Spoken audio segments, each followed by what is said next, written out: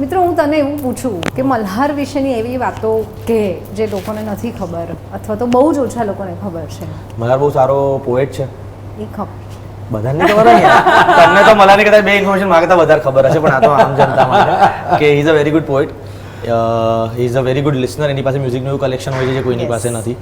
એ હંમેશા બધાને સોંગ્સ મોકલતો હોય છે. અમારું અમુક લોકોનું જે લોકો બહુ રેગ્યુલરલી મ્યુઝિક સાંભળે છે, બહુ એક જમાનામાં બહુ સારો, એટલે વાંચતો તો બી બહુ, હવે તો આઈ ડોન્ટ થિંક એટલો ટાઈમ મળે છે. અને આળસુ બી બહુ છે અલગ રીતનો. એટલે એમ કામ માટે આળસુ નથી, પણ ધારો કે તમે એને એવું કહો કે મારા ઘરે આય, તો 100% એની પાસે બહાનું હોય.